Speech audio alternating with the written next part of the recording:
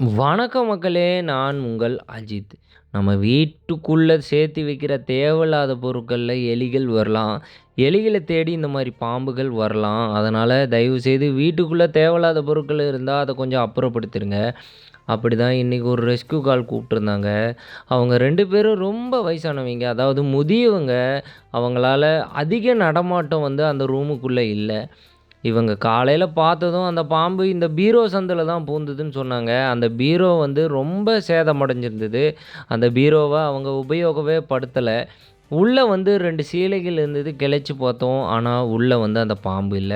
பீரோவ லைட்டா சாய்ச்சு பார்த்தோம். அந்த பீரோவோட கால்கள் வந்து ரொம்ப டேமேஜா இருந்ததுனால, அதுக்கு அடியில வந்து இந்த பாம்பு சுருண்டு படுத்திருந்தது. உள்ள இருந்தது வந்து ஒரு ராட் ஸ்னேக், அதாவது சாரை பாம்பு.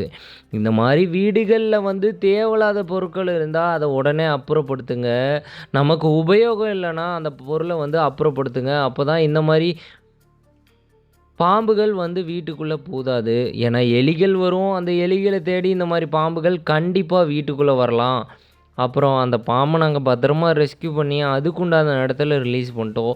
இந்த மாரி பாம்புகள பார்த்தா தயவு செய்து அடிக்காதீங்க. உங்க நியர்பைல இருக்க ஃபாரஸ்ட் டிபார்ட்மெண்ட்க்கோ, இல்ல ஃபயர் டிபார்ட்மெண்ட்க்கோ கால் பண்ணுங்க. கண்டிப்பா வந்து 24x7 அவங்க வந்து ரெஸ்க்யூ பண்ணிக்குவாங்க.